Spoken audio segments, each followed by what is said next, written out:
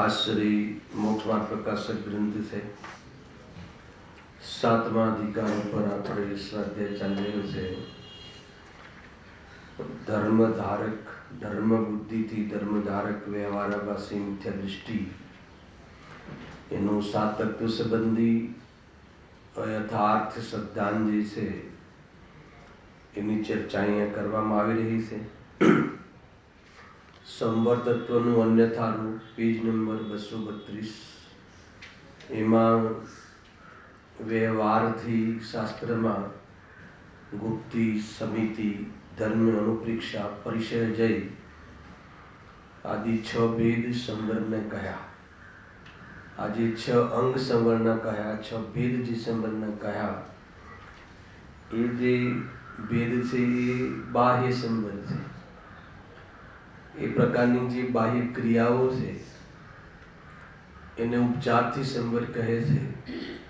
અને ક્રિયાઓના માધ્યમથી જે અંતરંગમાં વિતરાગ ભાવને જીવ પહોંચે છે, વિતરાગ સ્વરૂપને જે પામે છે એ જ વાસ્તવમાં નિશ્ચય સંવર છે. પરંતુ અંતરંગ જે વિતરાગ ભાવ છે એ ભાવનું તો એને ભાષણ નથી, ક્રિયાનું ભાષણ છે. તો બાહ્ય ક્રિયાને જ સંવર માની અને સંતુષ્ટ થઈ અને વ્યવહારાભાસી બની રહે છે. એની ચર્ચા છે. ક્રિયાઓ બધી કરે છે, બાહ્ય ક્રિયાઓ કે જે ક્રિયાઓના કાલમાં જ્ઞાની ધર્માત્મા સ્વરૂપની સાથે રહેવા રૂપ પુરુષાર્થને પામે છે. પરંતુ આ જીવને અંતરંગ ભાવની ખબર જ નથી. એટલે બાહ્યમાં ક્રિયાઓ સાધે કરે છે, નિરતિચાર કરે છે, પરંતુ ભાવની ખબર નથી. સંવર એક તત્વ છે. તત્વ એટલે ભાવ, જીવનો વિતરાગ ભાવ છે. સ્વરૂપને વરવું, સ્વપરના ભેદ વિજ્ઞાન પૂર્વક આત્મ પ્રતીતિ સહિત ઉપયોગનું આત્મામાં ભરવું એ પૂરી પ્રક્રિયા નિશ્ચય સંવર છે. પરંતુ એ ક્રિયાનું અર્થાત એ ભાવનું તેને ભાષણ નથી. અને શાસ્ત્રના માધ્યમથી જે બાહ્ય સંવરની ક્રિયાઓને જાણે છે, સાંભળજો, બાહ્ય ક્રિયાઓને જાણે છે, બાહ્ય ક્રિયાઓને કરે પણ છે, આચરે પણ છે અને એને જ સંવર માની લે છે, એ મોટી ભૂલ છે.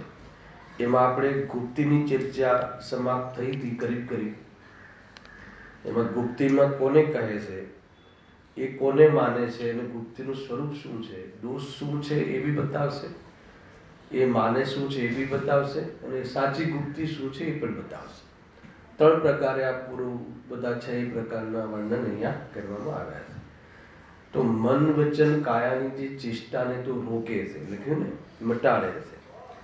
તો મન વચન કાયાની જે ચેષ્ટા છે, બાહ્ય ચેષ્ટાને મટાડે, તો એમાં ભૂલ શું છે કે બાહ્ય ચેષ્ટાને મટાડે અને અંતરંગમાં ભાવ વિતરાગ ભાવ રૂપ તો પુરુષાર્થ ન કરે,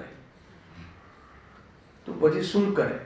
તો કે બાહ્ય જે ચેષ્ટા મટાડવાનો જ પુરુષાર્થ કરે, એ જ પ્રયત્ન કરે, અને એમાં આત્માના અનુભૂતિનું તો કોઈ કામ જ નથી ત્યાં. એટલા માટે આ ગુપ્તી નથી એમ અહીંયા કહ્યું. મન વચન કાયાની ચેષ્ટા મટાડે અને સ્વરૂપમાં ડૂબે તો ગુપ્તી થાય એમ અહીંયા કહે. જો મન વચન કાયાની બાહ્ય ચેષ્ટા મટાડે, એમાં શું શું કરે છે? પાપ ચિંતન ન કરે, બરાબર. વચનની ચેષ્ટા કેવી રીતે મટાડે? મૌન ધારે કે આજે મારે બોલવાનો ન બોલવાનો નિયમ છે, એવી રીતે નિયમ કરે. અને ચેષ્ટાની કેવી રીતે મટાડે? કાયાની ચેષ્ટા ગમન આદિ ક્રિયા ન કરે. તો 3 વસ્તુ એને ન કરી. હવે સામે શું કર્યું એ બતાડે છે પંડિતજીની જો વિચક્ષણ બુદ્ધિ. શું ન કર્યું અને શું કર્યું સંવરમાં, બરાબર છે. સંવરમાં થવું શું જોઈએ હે ને? આજે તો 3 પ્રકારે શુદ્ધતા કહીને, 3 પ્રકારે અસ્થિ નાસ્તિ, બધી ઘણી બધી બાબતો આ સંવર નિદ્રાની ચર્ચાઓ ચાલી રહી છે ખૂબ. જો હવે શું શું કરે છે કે તેને ગુપ્તિ માને છે, ત્યાં સુધી ગુપ્તિ કહી. હવે મનમાં તો ભક્તિ આદિરૂપ પ્રશસ્ત રાગ આદિ નાના પ્રકારના વિકલ્પો થાય છે. પાપને તો રોકે, પાપ ચિંતન રોક્યું, આની ચર્ચા થઈ ચૂકી છે. રોકવું એટલે શું ને શું નહીં ને. હવે સામાન્ય અર્થ કરીને આગળ વધીએ છીએ કે પાપ ચિંતન રોકે, શુભ ચિંતન કરે.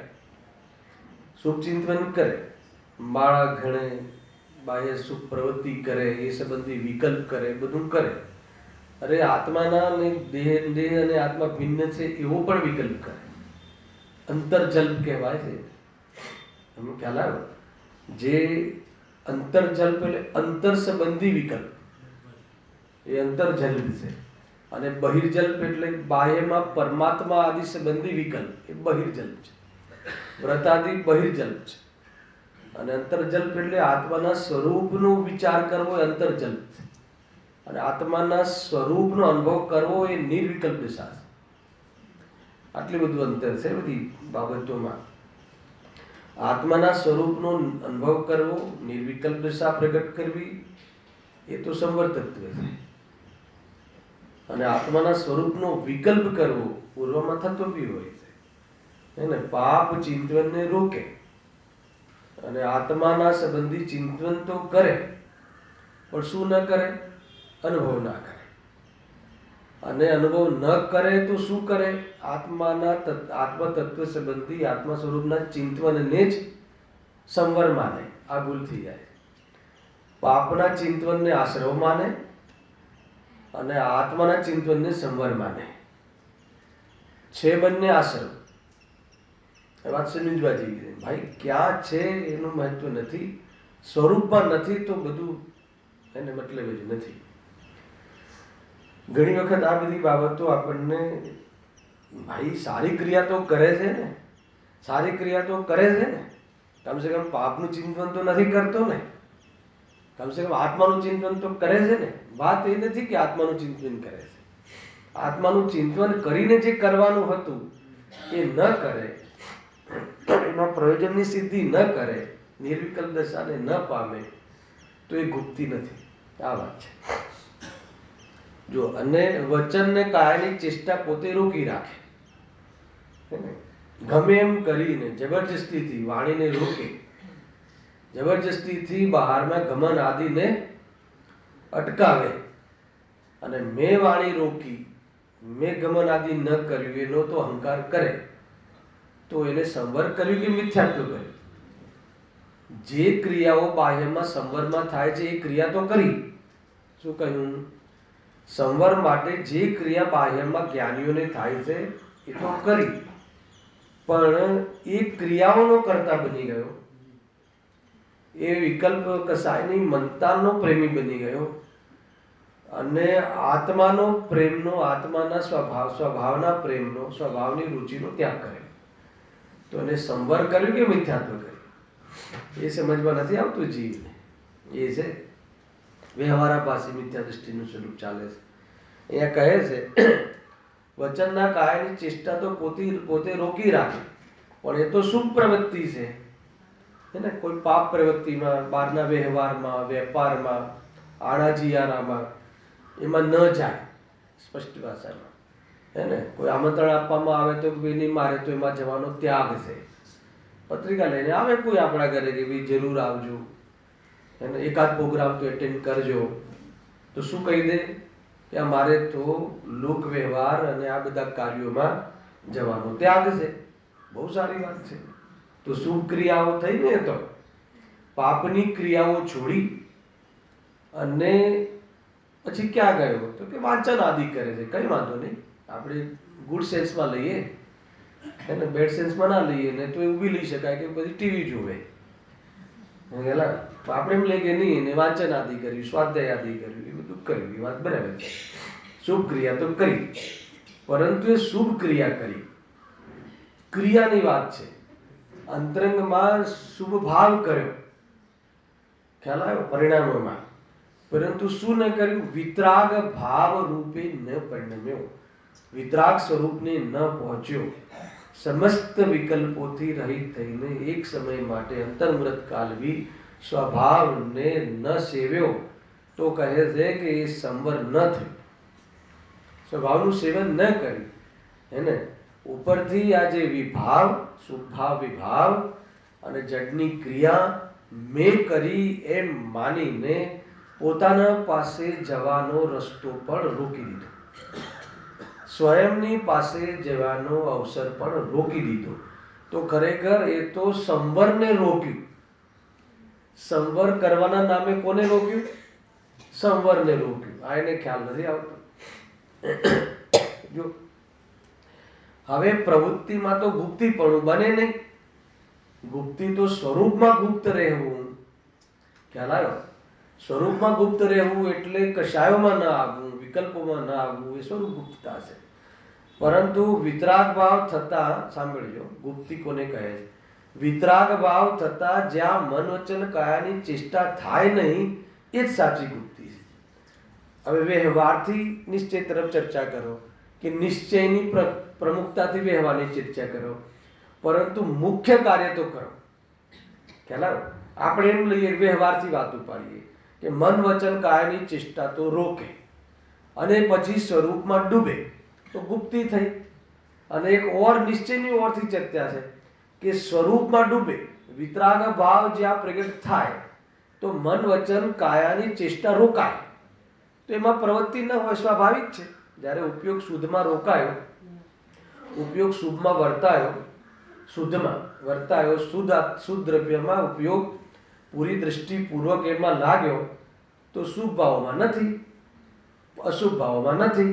તો મન વચન કાયાની બધી જ ચેષ્ટાઓ મનમાં શુભ અશુભ વિકલ્પોથી રોકાયો, વચન સુધીનો તો ઉપયોગ જ નથી અને કાયાની કોઈ પ્રવૃત્તિ નથી, ધ્યાનસ્થિતતામાં બિરાજે છે.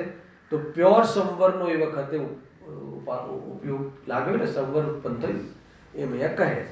પછી પ્રતીતિ રૂપ તો રહે, કદાચ ઉપયોગ જાય શુભમાં તો એ પ્રતીતિ રૂપ જો હું ચૈતન્ય સ્વરૂપ છું એવી પ્રતીતિ બની રહેવી, હર પર્યાયમાં એવી પ્રતીતિ નવી નવી ઉત્પન્ન થવી, હર સમયમાં એ સંવર છે.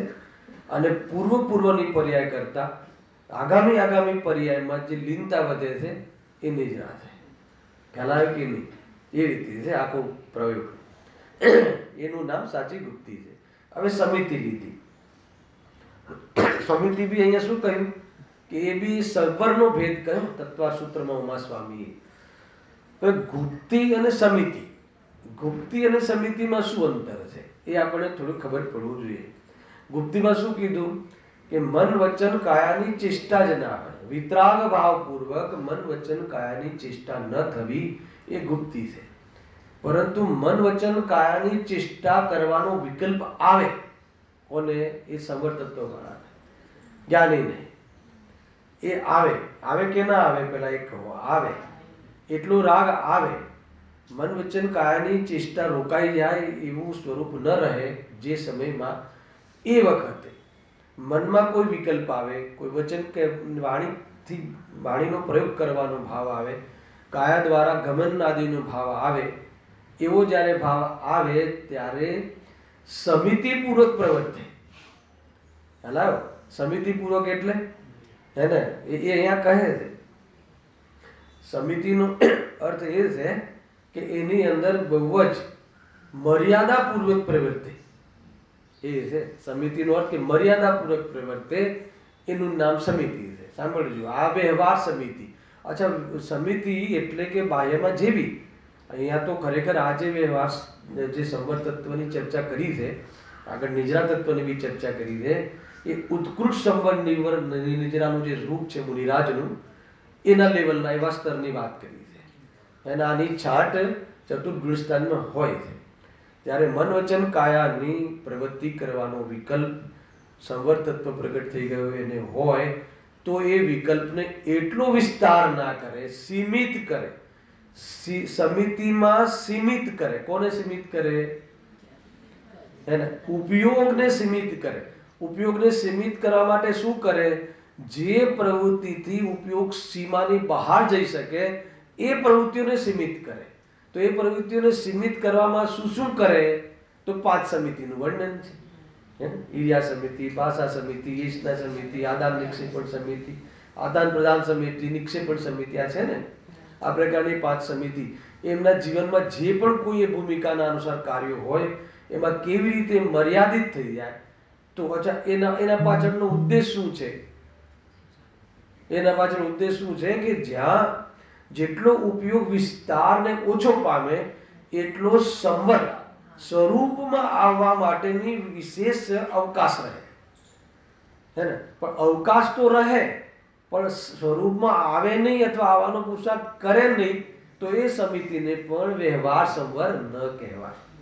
ચાલો, પરંતુ એમાં જ રીજે, એમાં જ કસાયની મર્યાદામાં અને પાપની પ્રવૃત્તિ ઘટાડે અથવા મટાડે, એમાં જ ખુશ થઈને રહે, સંવરના ભ્રમથી રહે.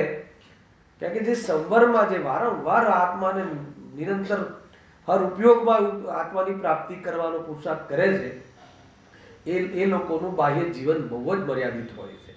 અને અતિ વિસ્તારથી બસ થા, સંબંધો પણ બહુ વધારે નહીં, જ્યાં ઉપયોગ બગડે અને ત્યાં એ મર્યાદા કરે છે. બધું ખ્યાલ છે ને, ઈર્યા સમિતિ આદિ. એમ જો ઓર એક ખાસ વાત બતાવી છે એમને. જો વળી પરજીવોની રક્ષા અર્થે યત્નાચાર પ્રવૃત્તિ તેને સીમિત માને છે. સીમિત, સીમામાં સીમિત કરે. કોને સીમિત કરે? એને નીચલી અવસ્થાઓ હોય, ચતુર્થ પશ્ચિમ ગુણસ્થાન, તો પાપોને સીમિત કરે.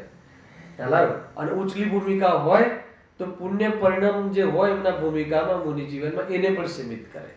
સીમિત કર્યા વગર હર અંતર મૂર્તમાં સ્વરૂપમાં જવાનું સંભવ નથી. અને સંજલન કષાયના મંદ ઉદયમાં શુદ્ધ ઉપયોગ થાય છે, અને સંજલન કષાયના તીવ્ર ઉદયમાં ઉપદેશ આપવાનો અને પ્રવચનસાર આદિ લખવાનો ભાવ આવે છે. એ સંજલન કષાયનો તીવ્ર ઉદય છે. 5 પરમાગમ લખવાનો ભાવ આચાર્ય કુંકુમદેવને આવ્યો. એ કયા પ્રસંગમાં આવ્યો? તો કે સંજલન કષાયના તીવ્ર ઉદયમાં. અને ત્યાંથી હટીને શુદ્ધોપયોગમાં ગયા ત્યાં સંજલન કષાયનો મંદ ઉદયમાં આવ્યો. પછી આગળ શ્રેણીમાં મંદતર ઉદય, મંદતમ ઉદય, એમ કરીને 3 વિભાગ છે ને, મંદ, મંદતમ ને મંદતર. એ રીતે આગળ આપવામાં આવે છે. જો આગળ,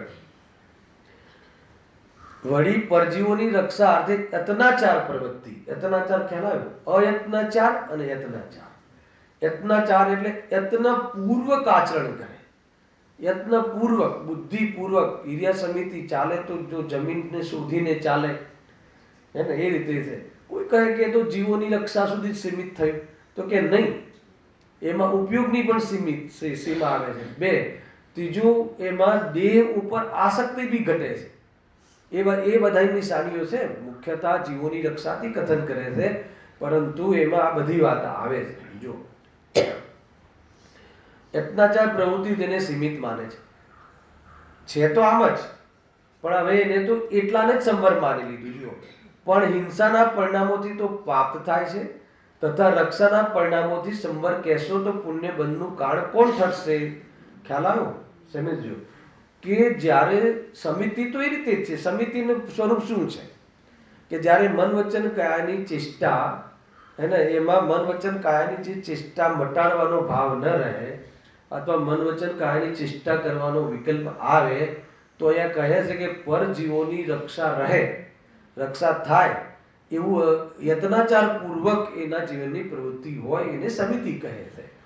તો આ તો સમિતિ તો કે અમે બી તો એમ જ કરીએ છીએ ને, પણ કહે છે કે સંવર નથી તો શું છે? હે ને, છે આશ્રમ, અને અહીંયા એને બાહ્ય સંવર કહીએ છે. વ્યવહારથી સંવર, જેટલો બી વ્યવહાર છે એ બધો આશ્રમ તત્વ છે, પણ એને તે વિતરાગ ભાવ હોય એની સાથે તેને તે નામ આપવામાં આવ્યું છે. તમને નવાઈ લાગશે. ખ્યાલ આવ્યો? જ્યારે નિશ્ચય સંવર તો સ્વરૂપમાં લીન થવું, અને બહારમાં એમાં જે બી નિમિત્ત બન્યું, આ વ્યવહાર સંવર, સમિતિ, ગુપ્તિ, પરિસર્જય, ખરેખર જોવામાં આવે તો ક્રિયા તો જડ છે, અને એ પ્રકારની વિશુદ્ધિ આશ્રમ તત્વ છે.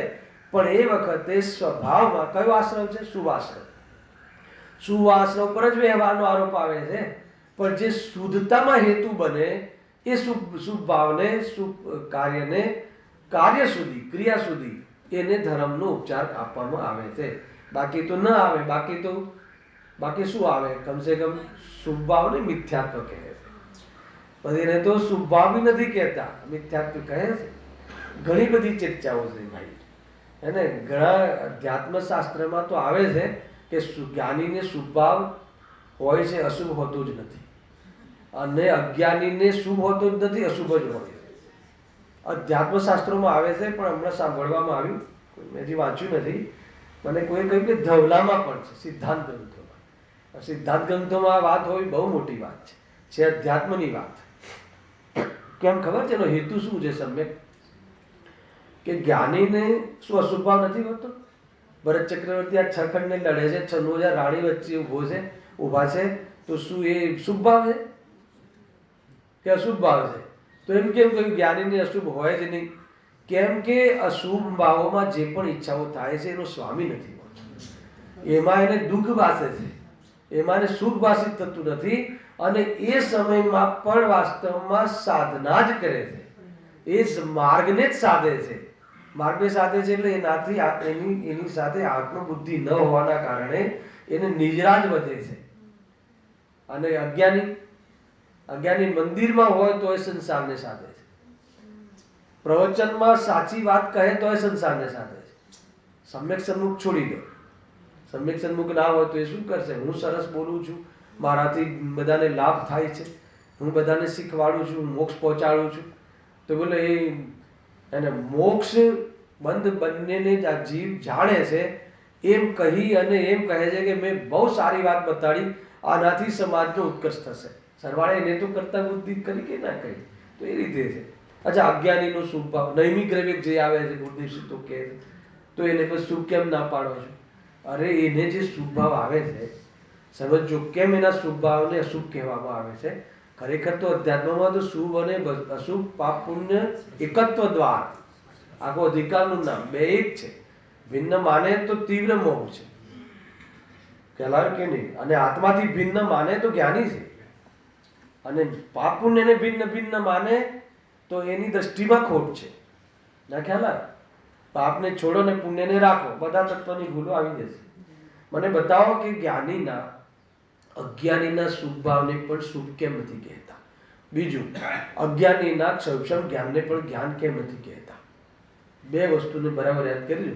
કેમ કે શાસ્ત્ર જ્ઞાન, અજ્ઞાનીનું જે શાસ્ત્ર જ્ઞાન છે એના માધ્યમથી એ અહંકારને પોષે છે, એટલે વાસ્તવમાં એને ભવને અભાવ કરવામાં નિમિત્ત ન બનાવતા ભવ વધારવામાં હેતુ બનાવે છે. એટલા માટે એને ક્ષૌક્ષમની બી ઉપાધિ ના આપતા સીધું અજ્ઞાન ઢાળ દઈને હલાવે કે નહીં. એ રીતે અશુભ ભાવને એને શુભ ભાવને અશુભ કેમ કહો છો? એને પૂજા પાઠનો ભાવ આવે, એને આ બધો ભાવ આવે, તો એ તો છે શુભ ભાવ જ. ભાવ તો શુભ છે, પણ એને શુભ કેમ નથી કહેતા? કેમ કે મિથ્યાત્વ સહિત છે અને મિથ્યાત્વનું પોષણ કરે છે. એટલે જે શુભ ભાવ આત્મહિતમાં હેતુ બનવા અર્થે કરવામાં આવે છે, એના બદલે એ શુભ ભાવના માધ્યમથી સાતત્વની ભૂલને પોષે છે. એટલે એ શુભ ભાવને અમે શુભ શું કહીએ? કે જેનાથી ભાવનો હેતુ તો ન બને, પણ ભાવને વધારવાનો હેતુ બને. એટલે આ બધા લોજિક અધ્યાત્મમાં આપવામાં આવે છે. પરંતુ સિદ્ધાંત ગ્રંથોમાં જેટલું શુભ છે એટલું શુભ છે, જેટલું અશુભ છે એટલું અશુભ છે. બંનેની અલગ અલગ પ્રકૃતિઓનો બંધ થાય છે. બંનેના ફળોમાં અંતર છે, પણ અંતર એ નથી કે બંનેના ફળ સંસારમાં આવે છે એટલા માટે અંતર નથી. પરંતુ એકનું ફળ સ્વર્ગ આવે છે, એકનું ફળ નરક આદિ આવે છે. તો એમ તો અંતર છે, પણ બંનેનું ફળ ગતિ જ આવે છે. કોઈનું ફળ પંચમ ગતિ નથી. માટે બંને મોક્ષની અપેક્ષાએ બંને ભાવ એક જ છે. આ રીતે સમજવું જોઈએ. બહુ ખુલાસા તો બહુ થયા છે. હવે સમજવાની વાત છે ને માનવાની વાત છે. સમજવામાં બી આવી ગયું છે. સમજવામાં શું સમજાવી દે એવું સમજવામાં આવી ગયું છે, પરંતુ માનવામાં નથી આવ્યું. અભિપ્રાયમાં પલટાય તો જ કામ આગળ ચાલે. એવું તમને લગભગ મહિનામાં એક વાર તો યાદ કરાવું છું. અભિપ્રાય ન પલટ્યો, ઉપયોગ માત્ર પલટ્યો, અને અભિપ્રાય ન પલટ્યો તો કામ નથી થતું. જે પણ છે અભિપ્રાયને સુધારો, અભિપ્રાય સમ્યક થાય તો કદાચિત ક્રોધાતીત આવે તો પણ એ વખતે નિજરાજ માર્ગને જ સાધે છે. એમ અહીંયા કહેવામાં આવ્યું. જો શું કહે છે? વળી પરજીવોની રક્ષા અર્થે યત્નાચાર પ્રવૃત્તિ તેને સીમિત માને છે, તેને સીમા માને છે. એમ પણ હિંસાના પરિણામોથી તો પાપ થાય છે, તથા રક્ષાના પરિણામોથી સંવર કહેશો. ચલો અમે સમિતિમાં સંવર કીધું ને, તો મેં 5 સમિતિનું બરાબર પાલન કર્યું. બોલો સાહેબ, હવે મને સંવર થશે કે નહીં? તો કહે છે કે અગર જો હિંસાદિના પરિણામોથી પાપ થાય છે અને જે રક્ષાદિના પરિણામોથી સંવર કહેશો, તો તમે હવે અમને બતાવો કે પુણ્યબંધનું પરિણામ કયું છે. બરાબર ફસાવે છે આપણને જવાબ આપવામાં. બતાવો ચેતનભાઈ. મતલબ કે હિંસાથી તો પાપ બંધ થાય. હવે તમે જે પુણ્ય પરિણામ રક્ષાદિના ભાવ આવ્યા ઈર્યા સમિતિમાં, જીવોની રક્ષા કરવાનો ભાવ ને આ, તો એનાથી તમે સંવર કહો છો. સંવર એટલે શુદ્ધ પરિણામ. તો પછી પુણ્ય માટેનું એક પરિણામ બતાવો. તો તમે કહેશો કે નહીં, એનાથી પુણ્ય બંધાય. તો પછી ગુરુદેવશ્રી વાળો બોલો છે નિરૂપણ, જે ભાવથી પુણ્ય બંધાય એ જ ભાવથી વિતરાગ ભાવ નિર્રાગ કેવી રીતે થાય, સંવર કેવી રીતે થાય? જે ભાવથી બંધ થાય, પુણ્યનો એ બંધ થાય. બંધ થાય પણ પુણ્યનો બંધ થાય છે ને, કોઈ કહે, પણ બંધ તો થાય છે ને. તો એક જ ભાવથી બંધ થાય અને એક જ ભાવથી સંવર નિજરા થાય, એ કેવી રીતે બને? કેરોસીનથી અગ્નિ હોલવાય બી ખરી અને કેરોસીનથી અગ્નિ પ્રગટે બી ખરી, એવું કેવી રીતે બને?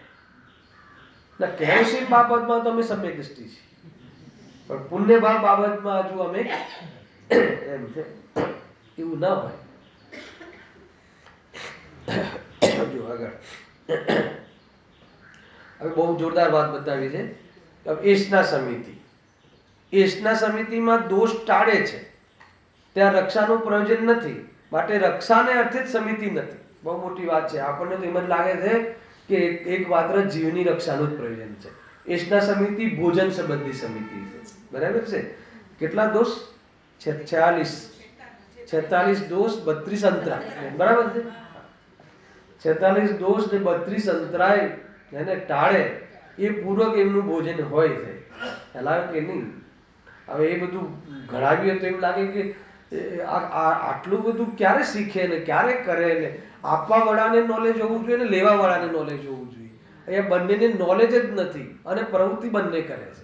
હવે કઈ રીતે કરતા હશે એ સર્વજ્ઞ જાણે અને એ જ જાણે. ખ્યાલ આવ્યો કે નહીં? મુનિરાજને આહાર આપવાનું કાર્ય, તો એમાં જે 42 46 દોષ અને 32 અંતરાય રહિત ભોજન હોવું જોઈએ. એમાં કેટલાક દાતાના આશ્રિત છે, કેટલાક જે લે છે એના આશ્રિત છે. દાતાર એટલે આપવા વાળા, આહાર આપવા વાળા, આહાર લેવા વાળા, મુનિરાજ. તો બંનેને આશ્રિત અલગ અલગ એમાં કયા દોષો બની શકે ને એ દોષો ટાળવા જોઈએ. હે ને? તો એ હોવું જોઈએ કે ના હોવું જોઈએ? ભાઈ કોઈ જેને આ ધાર્મિક જીવને આપણે ભોજન માટે બોલાવીએ અને પછી આપણે એને જ પૂછવું પડે કે કેવું લેશો, કેવી દરિદ્રતા છે ભાઈ જીતુભાઈ. ના ના, આ તો પછી દોષ આવી જાય ને તો તમને દોષનો ડર લાગે છે. આવું ભોજન લેવું જોઈએ એ પ્રયોજન નથી. સરવાળે જીવ પાપથી જ ડરે છે. સરવાળે જીવને સ્વર્ગમાં જ જવું છે, નરકમાં નથી જવું. અને ક્યાં નથી જવું? હા, મોક્ષમાં નથી જવું અને નરકમાં નથી જવું. આપણે તો વૈકુંઠમાં જવું છે. એ લોકો વૈકુંઠ એટલે સ્વર્ગ અને વૈકુંઠ ને મોક્ષ માને છે. આવ્યો ખ્યાલ? આવી બધી દશા છે. આપણી પાસે તો બધું ઉઘાડી વાત આવી ગઈ છે. હવે આપણને ખ્યાલ રહેવો જોઈએ. હા, એષણા સમિતિમાં દોષ ટાળે છે ત્યાં રક્ષાનું પ્રયોજન નથી. જીવદયા તો થાય કે ના થાય, જીવદયાનું પ્રયોજન છે કે નહીં? તો કહે છે કે હું ઘણી વાર તમને ચોવિહારની એક પરિભાષા બતાવું છું. રાત્રિ ભોજનનો ત્યાગ કેમ કરીએ કે ભાઈ રાત્રિમાં જમીએ તો જીવોની હિંસા બહુ થાય છે. તો અહીંયા એ બી બતાવી દીધું કે એ નીચલી અવસ્થાની એક સમિતિની આંશિક સમિતિનો ભેદ સમજી લો. બાકી સમિતિ તો બહુ વિશુદ્ધ પરિણામ છે અને વિતરાગતાના પુરુષાર્થ અર્થે હોય છે. હે ને? તો મને બતાવો કે રાત્રિ ભોજનનો ત્યાગ કરવાનું પ્રયોજન શું છે? એ તો આપણા લેવલની વાત છે ને, બહુ ઊંચી વાત નથી કરી ને. રાત્રિ ભોજનનો ત્યાગ બધાને છે કે નહીં એ કહો પહેલા. હા છે, બધાના વતીથી હું કહી દઉં. હે ને? બરાબર છે. હવે રાત્રિ ભોજનનો ત્યાગ કેમ છે, કેમ કર્યો છે? હે ને? એનો જવાબ તો આપવો પડશે ને કે ભાઈ રાત્રિમાં જીવોની હિંસા બહુ થાય છે, એમની રક્ષા અર્થે. અહીંયા પંડિતજી કહે છે કે ખાલી એ રક્ષાનું જ પ્રયોજન નથી, એનો અર્થ કે બીજું બી પ્રયોજન છે. ખ્યાલ આવ્યો? એટલે હું ઘણી વાર ચોવિહારનો અર્થ નથી કરતો, ચારે બાજુથી વિહાર કરવો, ચારે બાજુથી લોટો. ખ્યાલ આવે કે નહીં? એટલે કે ચોવિહાર કરીને પાછું દુકાને ન જવું એમ કેવું છે. હેલે હવે ચોવિહાર હાઉસની ફેસિલિટી દુકાનની બાજુમાં થઈ ગઈ એટલે હવે તો ઘરનું ભોજનની જરૂર નથી. હવે ત્યાં ચોવિહાર ખરેખર ચોવિહાર એટલા માટે કરવામાં આવે છે કે તમે સાંજનો સમય નિવૃત્ત થઈ જાઓ અને સામાયિકનો કાલ છે એ સામાયિકમાં બેસો એટલા માટે ચોવિહાર હોય. ખ્યાલ આવે કે નહીં? ખાલી રક્ષા અર્થે નથી એમ. રક્ષા થાય એ તો એડિશનલ બેનિફિટ છે. આપણને આ ખ્યાલ જ નથી. આપણે તો રક્ષા થાય એ મુખ્ય બેનિફિટ છે. કેમ? કેમ કે પુણ્ય બંધાય છે અને ધંધો સારો ચાલે છે. બે વાત ખ્યાલ આવ્યો કે નહીં? આ એટલા માટે સામાન્ય વાત નથી. આ હે એક ગમે એમ કરીને મારી મચડીને 5:30 ની અંદર જમી લે અને પછી ફ્રી થઈ ગયા. પછી ફ્રી થઈ ગયા એટલે શાના માટે ફ્રી થઈ ગયા? 5 ઇન્દ્રિયની ભોગ પ્રવૃત્તિ માટે ફ્રી થઈ ગયા. હે ને? એમ થયું? એમ નથી. ખરેખર તો એના માટે એ રાત્રિમાં ભોજનના ત્યાગની પાછળ ઉપયોગની નિવૃત્તિ અને દેહની આસક્તિ ઘટાડવી, ભોગ આસક્તિ મટાડવી. ભોગોની આસક્તિ મટે છે. આ રસ વગરના ભોજન લેવાની જે આપણે વ્યવહાર કરીએ છીએ અથવા અભ્યાસ કરીએ છીએ એ અભ્યાસ કોઈ શાના માટે? એમાં તો કોઈ રક્ષાનું બી મતલબ નથી. હે ને? સ્વાદ વગરનું ભોજન લેવું. આજે મીઠા વગર લેજો સંકિત. આજે મીઠું કરે કહી દો મીઠું નહીં. તો મીઠાનો સ્વાદ મીઠું વગરનું જમવું. મીઠું એટલે આપણું ગુજરાતીઓનું મીઠું. હે ને? નમક. મારવાડ આપણે હિન્દી ભાષીનું મીઠું પાછું જુદું છે. એ લોકોને સ્વીટ હોય. બરાબર છે? તમે મને બતાવો કે આજે તમે એ રસ નહીં લેતા, મીઠું નમક નહીં લેતા. બરાબર છે? તો એમાં તો શું બચાવ્યું તમે? અને તમે તો રોક સોલ્ટ જ લેતા હોવ છો. આપણે તો એમાં તો બીજો બી દોષ નથી હિંસાનો બી. બાકી જે ટાટાનું મીઠું અને દરિયાનું મીઠું જે આવે છે એ તો અડવા જેવું નથી. અડાય નહીં. ખાવાની વાત તો બહુ દૂર છે. જે આ પથ્થરનું મીઠું આવે ને રોક સોલ્ટ જે કહેવાય છે એ મીઠું શુદ્ધ મીઠું છે. અને એવી સાંધાનું બરાબર? સેંધા નમક, સેંધવ. સેંધવના પાછા બે અર્થ થાય. એક સેંધવનો અર્થ ઘોડો થાય અને એક સેંધવનો અર્થ નમક થાય. એક જ શબ્દ એક, બે અર્થ અલગ. અને જ્યાં જે અર્થ હોય ત્યાં લગાવો. ઘણી બધી બાબતો છે. તો એ સેંધા નમક જે છે ને તો એ નમકનું સેવન કરવું જોઈએ. એમાં એ બી તમારે જ્યારે પ્રયોગ કરવો હોય ને એ વખતે જ પીસવું જોઈએ. નમકમાં એવી મર્યાદા છે. એને અંતર્વૃત્તની મર્યાદા છે. ચાંદીમાં તો ઓલા દિવસોની મર્યાદા છે જે પ્રમાણે હોય. હા, પણ નમકમાં એવું નથી. નમકમાં અને સાકરમાં એમાં અંતર્મુહૂર્ત પહેલાની જે મર્યાદા છે. બહુ બધી બાબતો છે કે છોડો ને, આપણે તો આત્મા ક્યાં ખાય છે, આવી ગયો એની જાત પર હે ને, તો નહીં ખાતો આજથી ના કે તું શરીર ખાય છે. પેલા ઠીક છે, ખાવાનો રાગ છોડ દે. શરીર ખાય છે તો ઠીક છે, ખાવાનો ભાવ છોડી દે. ખ્યાલ કે નહીં? ખાવાનો ભાવ તો ખાવાનો ભાવ તો શરીરને નથી આવતો ને, એ તો કે પર્યાયને આવે છે. ઠીક છે હે ને? હું તો શુદ્ધાત્મા છું ને, સેફ રાખે શુદ્ધાત્માને. ઠીક છે, તો શુદ્ધાત્મા જે છે ને, જેનામાં રાગ નથી ને, એને તો વિતરાગી નથી થવું. જેને પર્યાયને વિતરાગી થવું છે. બોલ હવે શું કરીશ? રાગ પર્યાયમાં છે અને પર્યાયને જ વિતરાગી થવું છે. તો પર્યાયમાંથી તો રાગ મટાડવાની વાત છે કે નહીં? ભલે સ્વભાવની દૃષ્ટિપૂર્વક પર્યાયમાં રાગ મટે છે, પરંતુ પર્યાયમાં તું રાગને ના સ્વીકાર કરે તો પછી રાગના ભાવની વાત અથવા મંદિરમાં આવવાથી શું પ્રયોજન છે? અને એવા જીવો તો સિદ્ધાલયમાં હોય, અગર જો એને પર્યાયમાં રાગ ના હોય તો એવા જીવો તો સિદ્ધાલયમાં શોભે છે, અહીંયા હોય ને. એ રીતે છે. એસના સમિતિમાં દોષ ટાળે છે ત્યાં રક્ષાનું પ્રયોજન નથી. માટે રક્ષાને અર્થે જ સીમિત નથી, સમિતિ નથી. હે ને? રક્ષાના અર્થે સમિતિ નથી. સમિતિ શાના માટે છે હર્ષદભાઈ? એક તો ઉપયોગના સેવિંગ માટે. કઈ ખબર ના પડે તો આટલું યાદ રાખજો. જે સીમિત કરવામાં આવે છે પ્રવૃત્તિ બહારની એ સમિતિઓમાં, તો એનો અર્થ એ છે કે ઉપયોગ આપણો બચે છે. ઉપયોગ આપણું સાધન છે. ઉપયોગ બહુ કોસ્ટલી કિંમતી સાધન છે. અગર એ કિંમતી સાધનને ખાવા પીવામાં, એના વિસ્તારમાં પાપ પૂર્વક એને ફેલાવવામાં ઉપયોગની બરબાદી છે. એટલે ઉપયોગની મર્યાદા કરી. બીજું, આ જીવને પાંચ ઇન્દ્રિયના વિષયોની, દેહની ઘણી આસક્તિ છે. તો એ આસક્તિના કારણે સ્વરૂપમાં આસીન થવું સંભવ હોતું નથી. એટલે આસક્તિ ઘટાડે અથવા મટાડે તો શાબાશ, ઘટાડે અને સ્વરૂપમાં આસીન થાય તો એ આસક્તિ તૂટે છે. એના વગર નથી તૂટતી. બાકી બસ આમ આપણે તો બસ 5 પકવાન ખાતા રહીએ અને આત્માને પ્રાપ્ત કરતા રહીએ તો એવી બધી બાબતો નથી. એને જ્યાં સુધી આવી તીવ્રતાના ભાવો રહેશે ત્યાં સુધી ભક્ષનો વિવેક પણ નહીં થાય. બાકીની વાત તો છોડી દે. ભોજનની એટલી આસક્તિ હોય છે કે એને વિવેક જ નથી રહેતો. રાત્રિ છે કે દિવસ છે કે ભક્ષ છે કે અભક્ષ છે. અને પછી જ્યારે આસક્તિ થોડી મંદ પડે અને કોઈ કહે કે આ તો અનંતકાય જીવોની ચીજ છે, ખ્યાલ આવે કે નહીં, તો હવે એ વખતે થોડું વિચાર કરે કે મને હું તો એનું સેવન કરું છું.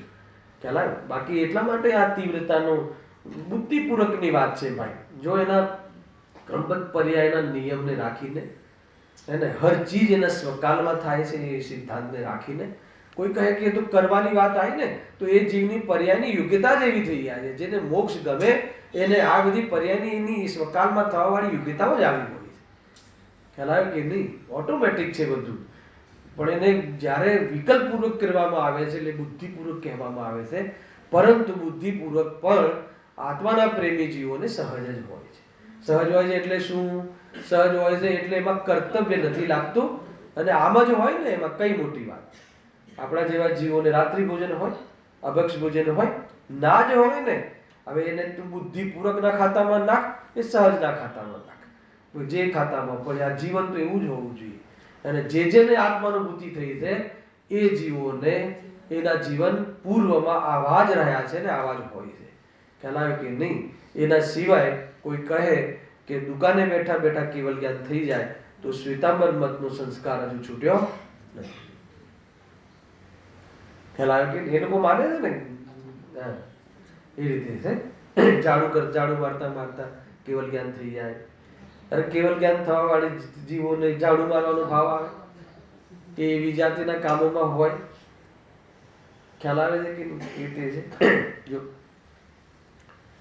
ઓર બી થોડુંક એને સપોર્ટમાં લખ્યું છે. તો સમિતિ કેવી રીતે હોય છે? મુનિરાજોની મુખ્યતાથી કહ્યું છે આ સંવરનો ભેદ, પરંતુ આંશિક પ્રણય નીચેની ભૂમિકાઓમાં પણ હોય. મુનિઓને કિંચિત રાગ થતા ગમન આદિ ક્રિયા થાય છે. આવ્યું ને? રાગ થતા મુનિને રાગ થાય કે ન થાય? આત્માને ના થાય, મુનિને થાય. લોકો બધી આમ કહે છે ભાઈ, જે રીતે જે સમજો ને એ રીતે છે. અહીંયા કઈ મુનિઓને કિંચિત રાગ થાય, એની ભૂમિકા નો થાય, એની ભૂમિકાથી વિરોધમાં ના થાય, એ ગેરંટી છે. જેવો રાગ આપણને થાય એવો રાગ મુનિને ન થાય. આપણને મંદિર બનાવવાનો રાગ થાય, મુનિને મંદિર બનાવવાનો રાગ ન થાય. નવાઈ લાગશે, મુનિરાજ ને ન થાય. મંદિર બનાવવાનો રાગ મુનિરાજને ન થાય. 28 મૂળ જે કહ્યા ગુણના રૂપમાં એમના રાગને કહેવામાં આવે છે. 28 મૂળ ગુણ છે, રાગના ભેદ છે કે જ્ઞાનના ભેદ છે કે વિતરાગતાના ભેદ છે? રાગના ભેદ છે. નામ આપવામાં આવ્યું છે ગુણ અને પાછા મૂળ ગુણ. ખ્યાલ કે નહીં? કેમ ગુણ? કેમ કે એ જીવનમાં વિતરાગતા રત્નત્રયનો વિકાસ થાય છે, એને એટલા માટે એમને ગુણ શબ્દ આપવામાં આવે છે. બહુ બધી બાબતો છે. એ 28 મૂળ ગુણનું તમે વર્ણન સાંભળજો. 3 પંજા, એક 6 અને 7.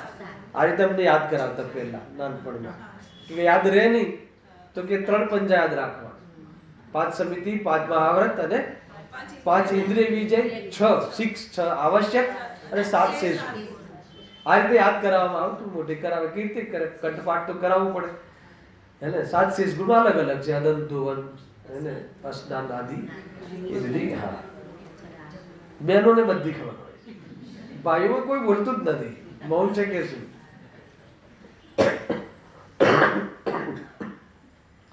સમૂહ શરણમાં આવવી સ્ત્રીઓની સંખ્યા વધારે હોય છે, અને મોક્ષ જવામાં પુરુષોની સંખ્યા જ હોય છે. હે ને? આ કોઈ ડિસ્ક્વોલિટી નહીં સમજતા.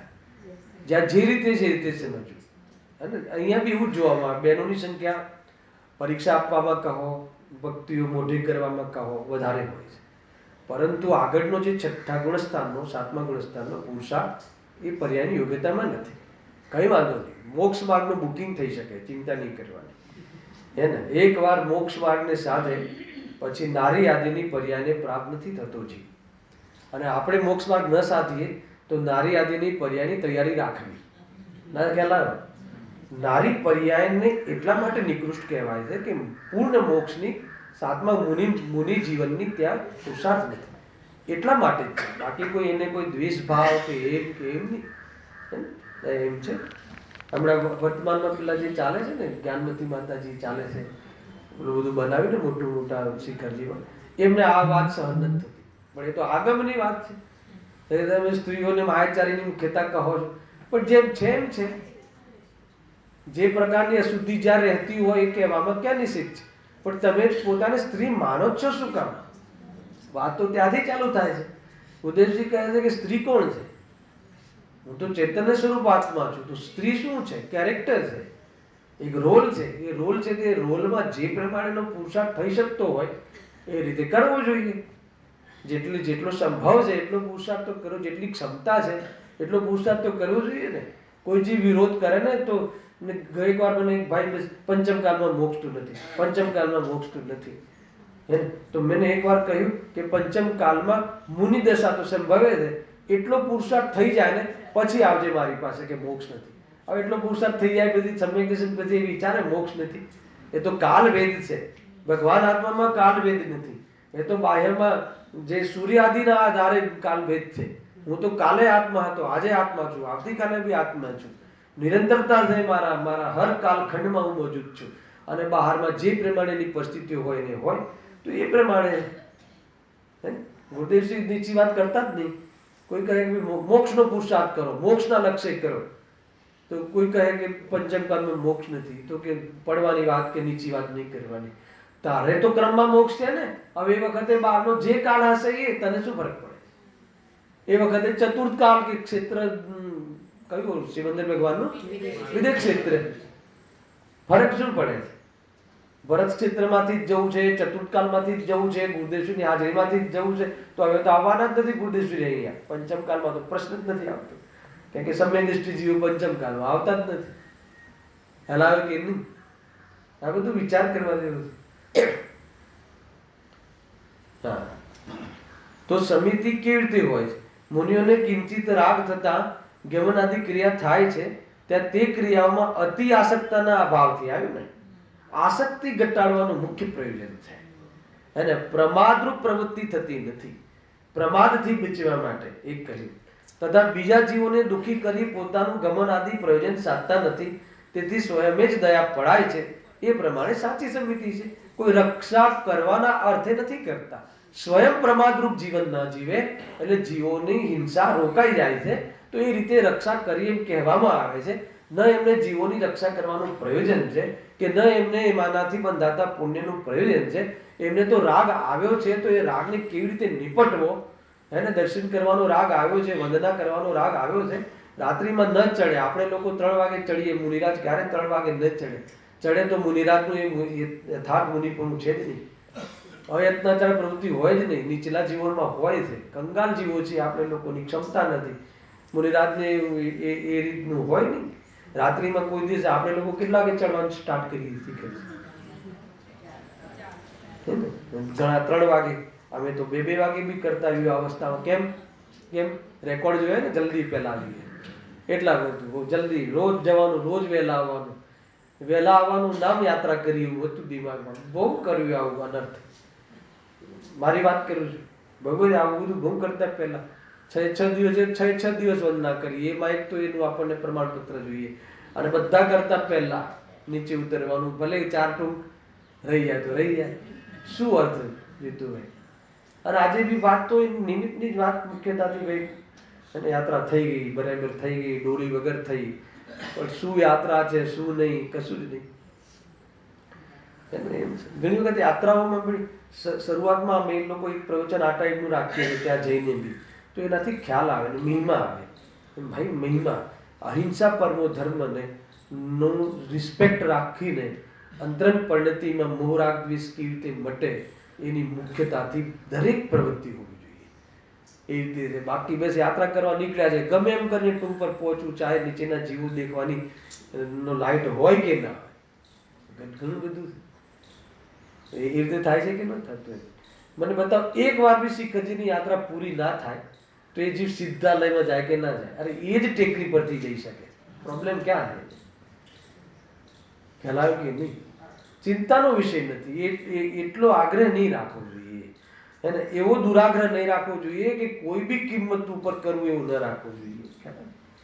એ રીતે ઘણા લોકો પેલા દોરી કરે ને પછી કે ભાઈ આ લોકોને બહુ વજન થઈ જાય હે ને, આ તો ન જ ચડવું જોઈએ, પણ એટલા પૈસા એ લોકોને આપી દેવા જોઈએ, એટલું તો કરવું જરૂર, કઈ વસ્તુ આપી દેવી જોઈએ. તો સમિતિ કેવી રીતે હોય છે? મુનિઓને કિંચિત રાગ થતા ગમન આદિ થાય છે, ત્યાં તે ક્રિયાઓમાં અતિ આસક્તના અભાવથી પ્રમાદનું પ્રવૃત્તિ થતી નથી. રાગ જ નથી, એમને કોઈ ઉતાવળ જ નથી. એમને કોઈને મળવાનો રાગ, પ્રમાદમાં રાગ છે ને મૂળ, અને હિંસામાં પ્રમાદ મુખ્ય છે, અને પ્રમાદ એટલે રાગ. એમને એવો રાગ જ નથી. ભગવાનનો રાગ બી એવો નથી કે કોઈ જીવોના પર પગ દઈને ભગવાનની પૂજા કરવી, એવો એ હદનો રાગ ભગવાનની પૂજાનો નથી. ખ્યાલ આવે છે કે નહીં ભાઈ? બહુ બધું અત્યારે બધી જગ્યાએ પ્રમાદ આવી ગયો. એક તો પૂજારીઓથી આપણે કરાવીએ છીએ, મંદિર નોકરોથી ચલાવીએ છીએ, રાત્રિમાં શેષ સમારાય છે જે કોપરાની, બરાબર છે, રાત્રિમાં થાળીઓ લાગે છે, રાત્રિમાં પાથરના પથરાઈ જાય છે. મને બતાવો કેવી રીતે પ્રક્રિયા જૈન શાસન. હવે આપણને આપણી પાસે જે આપણો રાગ છે કે સવારે બધા આવીને બેસી જાય, પણ એ યથાર્થ નથી ભાઈ. હવે બધા જ મંદિરોની વાત છે, આપણી બધાની વાત છે. આપણે આ રીતે કરી રહ્યા છે કે નહીં? ગજબ છે. તું ભલે એનો ધર્મ નથી, ધર્મનું કાર્ડ નથી, આત્મા કરતો નથી, આત્મા જ્ઞાતા છે, પરંતુ જ્યારે આત્માને રાગ આવે છે, મુનિરાજને જ્યારે રાગ આવે છે, ત્યારે આવ્યો કે નહીં? આવે છે. રાગ જ ના આવતો હોત તો ચિંતા નથી. રાગ આવે છે તો કેટલો વિવેક રાખવો જોઈએ. પૂજાનો રાગ આવે એને તો અષ્ટદ્રવ્યનો કેટલો વિવેક રાખવો જોઈએ, એના કાલનો કેવો વિવેક રાખવો જોઈએ, શુદ્ધિ અશુદ્ધિનો કેટલો વિવેક રાખવો જોઈએ. યદ્યપિ એનો 1% પણ ધર્મમાં યોગદાન નથી, પરંતુ ધાર્મિક જીવ જ્યારે આ ક્ષેત્રમાં આવે છે ત્યારે એની બાહ્ય ચેષ્ટાઓ પણ અહિંસા પરનો ધર્મની પ્રભાવના કરે છે. કેમ કે અંદરમાં આટલી વિતરાગતા હોય, અર્થાત વિતરાગતાનો પ્રેમી હોય, અર્થાત તો આત્માથી જીવ માત્ર હોય, ભલે સત્ય દૃષ્ટિ ના હોય, તો એનું બાહ્ય ચેષ્ટાઓ અહિંસક જ હોય ને હોય જ છે. પરંતુ કોઈ જે સ્વચ્છતાથી કઈ બી અનર્ગલ પ્રવર્તન કરે અને શુદ્ધનો આધાર લે તો એના જેવું શ્રદ્ધાનું મોટું પાપ બીજું કોઈ નથી. હલાવે કે નહીં થોડો વિચાર કરજો. શ્રદ્ધાનું મોટું પાપ. એટલે અરે શુદ્ધનો આધાર તને આ જીવ જંતુ પર પગ દેવા માટે હતો તો તું કહે છે કે ક્યાં અડે છે? શુદ્ધનો આધાર તો અનુભવ કરવા માટે હતો. એવું સમય જવાનો જરૂર હતી કે તને ભગવાનના દરબારમાં બી જવાની જરૂર ના પડે. એના માટે શુદ્ધ નહીં હતો. પણ તું એટલો આશ્રય નથી લઈ શક્યો તો અહીંયા દેખાયો કે નહીં દેખાયો? અહીંયા દેખાયો તો વિવેક હોવો જોઈએ કે ના હોવો જોઈએ? એક દ્રવ્ય બીજા દ્રવ્યને અડતું નથી. અને ગુરુદેવસિંહની સભામાં આ વચ્ચે ડિવાઇડેશન ના હોય એમ ત્રણ કાળમાં બને નહીં. હે અરે નાની દીકરી બી અડી જાય, જેમ કે એમાં દીકરી આવી જાય છે ને આપણી પાસે, તો બી ગુરુદેવસિંહ કે નહીં ચાલે. વિચાર તું કરો. હજી આપણને રાગ રહે છે. નાની દીકરી, હવે ત્યાં તો કોઈ મતલબ જ નથી વાસનાની કોઈ બેઠેલા જીવની, તો પણ કે નહીં, હે ને એના સ્પર્શ આદિ સંબંધી પ્રવૃત્તિ યથાર્થ નથી, દૂર કરો. હવે એ જ ગુરુદેવસિંહ શુદ્ધ નહીં બરાબર જબરજસ્ત વાત કહી છે. એ જ ગુરુદેવસિંહ આ મુકામ આવે. એના પહેલા મારે ત્યાં મેં જે ગુરુદેવસિંહને મળ્યા નતા એના પહેલા તો આ હતી જ નહીં વ્યવસ્થા. જેમ પિક્ચરના હોલમાં બેસીએ એમ બધા આવીને જોડામાં બેસી જતા. ક્યાં હતી વ્યવસ્થા? આ તો પછી ખબર પડી. આ બે વસ્તુઓ જે ગુરુદેવસિંહના માધ્યમથી બાહ્યમાં જીનવાણી વગર બેસવું નહીં. કહે જીનવાણી આપણાથી નીચે રહે છે, ખેદ થાય છે, પણ ભાઈ હે ને એના ભોગે પણ આપણે આ જીનવાણી સામે લઈને બેસવું.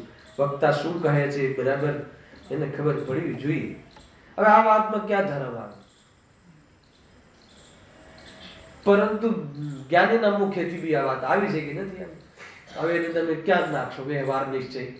ભાઈ જે જગ્યાએ છે એ જગ્યાએ વિચારવું જોઈએ. ભાઈ આ વાત આ ભાષોની છે ને, એટલે કોઈ જગ્યાએ અટકી જઈને સ્વચ્છતા ના કરતો હોય એટલે હું આ ટોનમાં કહું છું. બાકી મારો કોઈ ઉદ્દેશ નથી. હે ને મને તો ખ્યાલ નથી કે અહીંયા બધા પોતે શું માને. એટલો વિસ્તાર ખ્યાલ નથી. કોઈ બતાવે તો પર્સનલી વિશેષ ચર્ચા કરે. બંધ નહીં થઈ જાવ, ધ્યાન રાખજો. મેં તો કોઈ કહે છે કે નહીં અને હવે મેં આમને દોષ બતાવતો છે ને, દોષ એ નામાં શું આપણામાં પડ્યો હોય. આપણામાં બી ઊંડે દોષ તો હોય જ છે. નિર્દોષતા નથી તો દોષ છે જ છે. મનતામાં ન પકડાય વાત જુદી છે, પણ દોષ વગર ક્યાં જીવન છે? ઊંડે તો પડ્યો જ હોય. એ રીતે જો સમ્યક દ્રષ્ટિને દોષ અને ગુણનો વિભાગ થઈ ગયો હોય છે. દોષનો અભાવ નથી થઈ ગયો. શું કહ્યું? દોષ અને ગુણનો વિભાગ થઈ ગયો હોય છે. અભાવ કરવાનું મોટું કામ બાકી છે. અનાદિકાલથી આત્મદર્શન નથી કર્યું એટલે મોટું કામ થઈ ગયું દર્શન થયા પછી, એમ પણ કહે છે. અલગ અલગ અપેક્ષાઓ છે, ત્યાંથી સમજવું. જ્યારે વક્તા કઈ બાજુથી તમને સમજાવવા માંગે છે એના ઉપર બધી વાત છે. ત્યારે ચારિત્રની વાત, સ્થિરતાની વાત કરવી હોય ત્યારે સમ્યક દર્શનની વાત ખોલીને મતલબ નથી. એકવાર આત્મદર્શન થઈ ગયું, હવે શું છે? હવે હજુ કેમ રખડવું થાય છે? હજુ કેમ આટલું દુઃખ થાય છે? તો કે ભાઈ સ્થિરતા જોઈએ ને. મને તો ભરત ચક્રવર્તી એનું જે છે ને ભરતેશ વૈભવ, તો એમાં લાગે છે કે હે ભરત, એમના ભાષામાં કે જ્યાં સુધી ક્ષાયિક સંપત્તિ ભલે હો પણ મુનિ દીક્ષા નહીં હોય ત્યાં સુધી મોક્ષ નહીં થાય. એટલે મુનિ દીક્ષાને ગ્રહણ કરો એવી વાત ભગવાનની વાણીમાં આવે છે. સામાન્ય ઉપદેશ કથન છે. બાકી ભગવાન કોઈને કે ના કે તો કોઈ આપણા જેવા પૂછ્યું હોય ત્યારે ભગવાનના વાણીમાં આવે એ રીતે હોય. બાકી કોઈ એ જાતની બીજી પદ્ધતિ હોતી નથી. જો તથા બીજા જીવોને દુઃખી કરી પોતાનું ગમન આદિ પ્રયોજન સાધતા નથી. તેથી સ્વયં દયા પડાઈ જાય છે. એ પ્રમાણે સાચી સમિતિ છે. દયા પાડવાનું કોઈ પ્રયોજન નથી. જીવોને બચાવવાનું કોઈ પ્રયોજન નથી. મારવાનું તો હોય જ નહીં, હલાવે કે નહીં, પણ બચાવવાનું બી પ્રયોજન નથી. પોતાના ઉપયોગને બચાવવાનું પ્રયોજન છે અને મુખ્ય આસક્તિ ઘટાડી અને સ્વરૂપમાં લીન થવાનું પ્રયોજન છે. એ પ્રયોજન અર્થે અગર જો બાહ્યમાં સમિતિનું પાલન કરવામાં આવે છે તો એ સમિતિને બાહ્ય સંવર કહેવામાં આવે છે. પરંતુ જે બાહ્ય સંવરરૂપ સમિતિનું પાલન તો કરે છે, પરંતુ અંદરમાં વિતરાગતાના ભાવની વૃદ્ધિનો ભાવ એનું ભાષણ નથી. એને ક્રિયાનું ભાષણ છે, વિતરાગ ભાવનું ભાષણ નથી. આપણે શરૂઆત લીધી છે ને એ રીતે શાસ્ત્ર જ્ઞાન દ્વારા જ્ઞાન તો છે પણ ભાવ ભાષણ નથી. અહીંયા તો કહે છે શાસ્ત્ર જ્ઞાન દ્વારા જ્ઞાન બી છે અને ક્રિયા પણ છે, પરંતુ શું નથી? હવે ભાવ વાસન નથી. ભાવ વાસન નથી એટલે ભાવ એટલે તત્વ. સંવર તત્વ છે. સંવર કયું તત્વ છે? તો કે સંવર મોક્ષને પમાડનારું તત્વ છે, વિતરાગ તત્વ છે, વિતરાગી પર્યાય છે. તો કે એ ભાષિત થતું નથી. આત્માને વરવું ને આત્મામાં લીન થવું ને હું ચેતન્ય સ્વરૂપ છું એવી પ્રતીતિ ને એના કરતા આ સારું છે કે ભાઈ સીમાપૂર્વક ચાલવું ને એ બધું આપણું ઈઝી છે. તો કે એ ઈઝી નથી. ઈઝી તો સરળ તો સ્વરૂપમાં છે. ખ્યાલ આવે કે નહીં? આ તો બહારમાં રાગના ખેલ છે, રાગના નાટકો છે બહારમાં. કશાયની મનતાના બધા પ્રદર્શન છે અને અંદરમાં આટલી વિતરાગતા વાળાને બાહ્ય જીવનનું આવું પ્રદર્શન હોય છે એટલું સમજવું. એ પ્રદર્શન જોઈને અંતરંગની શ્રદ્ધા કરવી. ખ્યાલ આવે? બાહ્યનો વ્યવહાર ગ્રહણ કરવો હોય તો એ અંતરંગના વિતરાગતાની શ્રદ્ધા અને પ્રાપ્ત કરવાનો પુરુષાર્થ કરવો જોઈએ. એનું નામ સંવર તત્વ સંબંધી ભૂલનો અભાવ છે. એ રીતે લેવું. હવે ધર્મ, અનુપ્રેક્ષા, પરિસરજય અને ચારિત્ર, 4 પ્રકાર રહ્યા. હજુ 2 પ્રકાર થયા છે. જો ધર્મ, હવે ધર્મ તો ખબર છે. ધર્મ કોને કહે છે? વિતરાગતા ધર્મ. નાસ્તિથી કહીએ તો, અરે વિતરાગતા બી તો નાસ્તિનો શબ્દ છે. એને વિતરાગ, રાગ વીતી ગયો હોય એને વિતરાગતા કહે. ગુરુદેવ શ્રી એક શુદ્ધાત્મા માટે અરાગી શબ્દ વાપરતા હતા અને ભગવાન માટે, ભગવાન આત્માને અરાગી કહે છે અને ભગવાનને વિતરાગી કહે છે. અને ક્યારેક ક્યારેક આ કહે, કદાચિત ભગવાન આત્માને બી વિતરાગી કહો તો બી કોઈ દોષ નથી આવતો. શબ્દ નહીં પકડી લેવો. કોઈ કહે વિતરાગ સ્વરૂપ છે જીવનું, એટલે રાગ રહિત સ્વરૂપ છે એમ સમજવું. પણ એનો શાબ્દિક અર્થ કરીએ તો જેનો રાગ વીતી ગયો છે. તો ભગવાન આત્મામાં રાગ વીતી ગયો નહીં. ભગવાન આત્મામાં તો રાગ છે જ નહીં, એટલે અરાગી છે. અને ભગવાનને રાગ વીતી ગયો, ચાલ્યો ગયો એટલે વિતરાગી.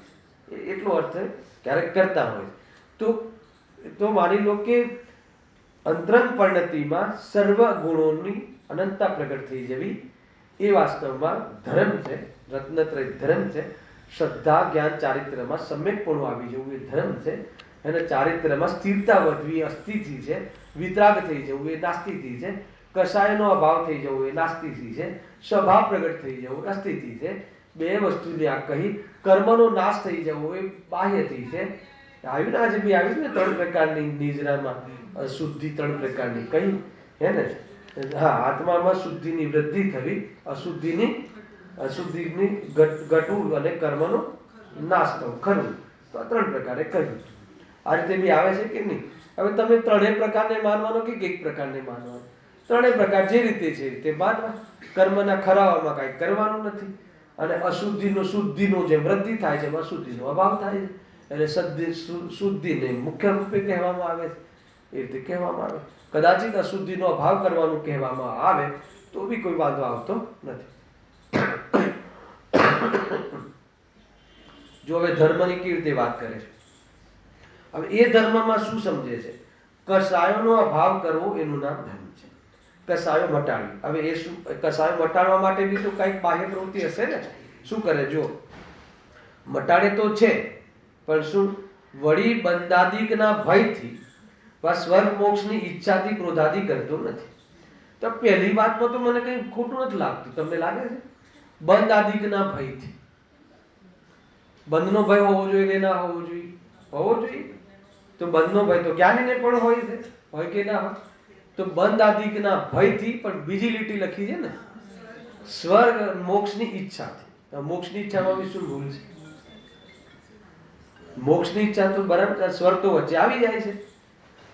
કેમ કે આ બધી બાબતો જ્ઞાનીને પણ લાગુ પડે છે. પણ આમાં એ શું કરે છે, ભૂલ શું કરે છે એ બતાવે છે આગળ. જો સ્વર્ગ મોક્ષની ઈચ્છાથી ક્રોધાદિ કરતો નથી, પણ આ ભૂલ. હવે ત્યાં ક્રોધાદિ કરવાનો અભિપ્રાય તો ગયો નથી, બસ. હે ને? ક્રોધ ગયો નથી એની ચિંતા નથી, પણ ક્રોધાદિ મટાડવાનો પણ અભિપ્રાય નથી. ક્રોધાદિ કરવાનો અભિપ્રાય ગર્ભમાં પડ્યો છે. ક્રોધાદિ કરતો નથી. કરતો નથી એટલે એને દબાવે છે. હા, રૂંધાયેલો કશાય. પરંતુ મટાડવાનો અભિપ્રાય નથી, પણ એનાથી બંધ થશે એટલા માટે એમ સમજીને એ રીતે અહીંયા કહે છે. ગજબની વસ્તુ છે. હવે અમે પેલા બાળકોને કેવી રીતે સમજાવાય, બહુ બહુ મોટી કલા છે. બાળકોનો ક્લાસ લેવો બહુ મોટી કલા છે. હે ને, અમારી દીકરી છે ને દર્શનની, તો હવે કાંઈક એવું કરે, પગ ગળી જાય જીનવાણીને કે એવું કંઈક કરે, તો આપણે એમ કહીએ નહીં, એમ નહીં કરવાનું. તો તરત જ પૂછે કેમ નહીં કરવાનું. હવે શું જવાબ આપો તમે, શીખવાડો. હું તો એમ કહું છું કે નહીં, ભગવાન તને પનિશમેન્ટ આપશે. તો કે ભગવાન પનિશમેન્ટ, હવે તો કેવી રીતે સમજાવું જીતું, કેવી રીતે સમજાવશો? નાનું બાળક અત્યારે એને ભાવ ભાષણની ઉંમર નથી, હે ને, એટલે એને ક્રિયાઓથી સમજાવવું પડે છે. હે ને, પહેલા તો ક્રિયાઓથી જ સમજાવવું પડશે કે ભાવ ભાષણનો કાળ 8મા વર્ષથી છે. શું કરશે? પાપથી ડરાવવું પડે, પાપ લાગે. હવે પાપમાં એને ભાવ વાસતો નથી, એટલે કે પાપમાં શું થાય, એટલે કે પનિશમેન્ટ મળે. તો એ કોણ આપે? તો કે ભગવાન આપે. ભગવાનને પકડાવીએ તો ભગવાન પનિશમેન્ટ આપે. હવે એને કઈ રીતે સમજાવશો તમે? જરા એકવાર મને બતાવજો, સુધારી લઈશું. તો એ રીતે સમજાવીએ છે. મારે તો એ બતાવવું છે કે પનિશમેન્ટના ભયથી જો કરે છે તો એને કઈ પગ નહીં અડાડવો એવો અભિપ્રાય નથી, પણ પનિશમેન્ટના ભય. ખ્યાલ આવે? આખી અંતર ખ્યાલમાં આવે?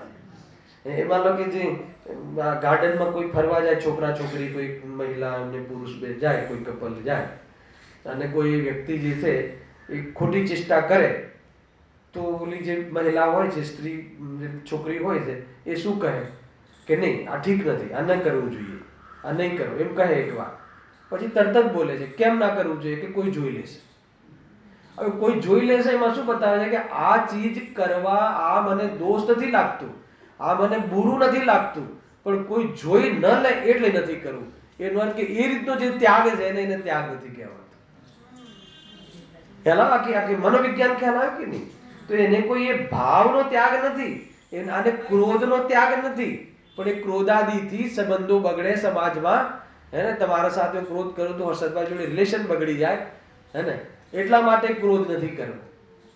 એટલે ક્રોધ મટાડવાનો અભિપ્રાય નથી, કરવાનો અભિપ્રાય અંદરમાં પડ્યો છે, પણ કરતો કેમ નથી? હેલા ને, બંધ મોક્ષ, બંધથી અને મોક્ષની ઈચ્છાથી. પરંતુ એવું નથી કે ક્રોધ ન કરવો જોઈએ, ક્રોધ કરવા લાયક નથી, ક્રોધાદી રાગાદી ભાવ બધા એ સ્વભાવ નથી, એને એ આત્માને કર્તવ્ય રૂપ નથી. એ રીતે ભેદજ્ઞાનપૂર્વક, સ્વભાવની દ્રષ્ટિપૂર્વક એના અભાવ કરવાનો કોઈ મામલો અહીંયા નથી. એટલા માટે એને ધર્મનો જે બાહ્ય વ્યવહાર તો છે, પણ અંતરંગમાં ધર્મનો ભાવ વાસન એને નથી. જો જેમ કોઈ રાજાધિકના ભયથી, આ મહત્પણાના લોભથી પર સ્ત્રી સેવતો નથી, તો તેને ત્યાગી કહી શકાય નહીં. આપણને ઉદાહરણ, કોઈ પર સ્ત્રીનું સેવન નથી કરતો, કારણ કે લોકમાં નિંદા થાય, રાજાદિને ખબર પડી જાય, સરકારને, અહીંયા હવે સરકાર રાજા છે, તો સરકાર દંડ આપે, તો એના કરતા ખ્યાલ આવે કે નહીં? અત્યારે તો સરકાર બી ક્યાં દંડ આપે છે? કેટલા પરેશાન, કેટલા રેપ કેસો થાય છે, કેટલા બળાત્કાર કેસો થાય છે. જો ચાલ કેવું પંચમકાલ કેવું આવ્યું છે, અને બધું ગ્રહિત મિથ્યાત્વનો બી રોડ શો ચાલે છે. પાપો પણ પોકારીને લોકો કરે છે, એમાં ફેશન માનીને પાપ થાય છે. પંચમકાલનું સ્વરૂપ તો જુઓ કેવું છે. તો પણ અહીંયા કહે છે કે તું ભેદ જ્ઞાન કરીને આત્માની દ્રષ્ટિ કરી શકે, તારા માટે તો આ અવસર છે, બહાર જે હોય છે કે નહીં. બધી દુનિયાની દ્રષ્ટિ જુઓ કેવું છે. આપણે તો સેફ છીએ, અને આપણને સ્વરૂપમાં જવા માટેનો માર્ગ છે કે વળી પંચમકાલમાં ક્યારે ન આવવું હોય તો સમ્યક દર્શન કરી લેજે. એકવાર સમ્યક દર્શન થઈ જાય તો પંચમકાલમાં આ ક્ષેત્રે આવવાનું સમાપ્ત થઈ જશે. ખ્યાલ આવે? એટલા માટે કરવું, ખ્યાલ આવે કે નહીં? કથન એ રીતે થાય છે. સ્વરૂપનો આનંદ લેવો જોઈએ, ક્ષેત્રથી શું મતલબ છે, હે ને, કહી શકાય નહીં. તે જ પ્રમાણે આ ક્રોધાદિકનો ત્યાગી નથી. ક્રોધાદિનો ક્રોધ કરતો નથી, પણ ત્યાગી નથી. ત્યાગી નથી એટલું નહીં, હે ને, દુનિયા તો ત્યાગી કહેશે, પણ એને અભિપ્રાય બી ક્રોધ મટાડવાનો નથી. હલાવે કે નહીં? કેમ કે એને ક્રોધ એટલે નથી કરવો કે મારે નરકમાં જવું પડે. એનો બાકી ક્રોધ કરવામાં અમને વાંધો નથી. નરક જો ક્રોધ કરીને નરક જવા ના મળતું હોત તો ક્રોધ કરવામાં અમને વાંધો નથી. એટલે કરવાનો અભિપ્રાય ઊંડે આપણને ખ્યાલ નથી આવતો અંદરમાં અભિપ્રાયને પકડવા માટે કેટલી તાકાત લગાવી. મને એટલે બહુ મહિમા આવે છે મોક્ષ પ્રકાશકને, પરિણામોના વોચમેન બનો એ તો સામાન્ય કથન છે, અભિપ્રાયને ટટોલ કે તારો અભિપ્રાય ક્યાં છે? કસાય મટાડવાનો અભિપ્રાય છે? અહીંયા કહે જો કસાય મટાડવાનો અભિપ્રાય ના હોય અને ચેતનભાઈ હું તમારાથી સંબંધ ન રાખું તો એ દ્વેષ ભાવ છે, રાગ નથી મટાડ્યો મેં. મને એમ લાગે કે મેં ચેતનભાઈથી રાગ મટાડ્યો, એટલી દોસ્તી હતી અને ગુરુદેવશ્રીએ કહ્યું છે રાગ મટાડ, હે ને? તો હવે રાગ મટાડ્યો એટલે મેં તમારો સંબંધ કાલથી બંધ. તો એ રાગ મટાડ્યો કે દ્વેષ કર્યો? તો દ્વેષ આવી જાય છે. શુદ્ધતા ના હોય તો રાગ મટે ત્યાં દ્વેષ હોય. હલાવે કે નહીં? કાં તો રાગ હોય, કાં તો દ્વેષ હોય, કાં તો વિતરાગ હોય, કાં તો પછી ઉપાદેય બુદ્ધિ વગરનો રાગ દ્વેષ હોય. ઉપાદેય બુદ્ધિ વગરનો રાગ દ્વેષ હોય તો જ્ઞાની છે. એ રીતે કેટલી બધી બાબતો છે જો. હા,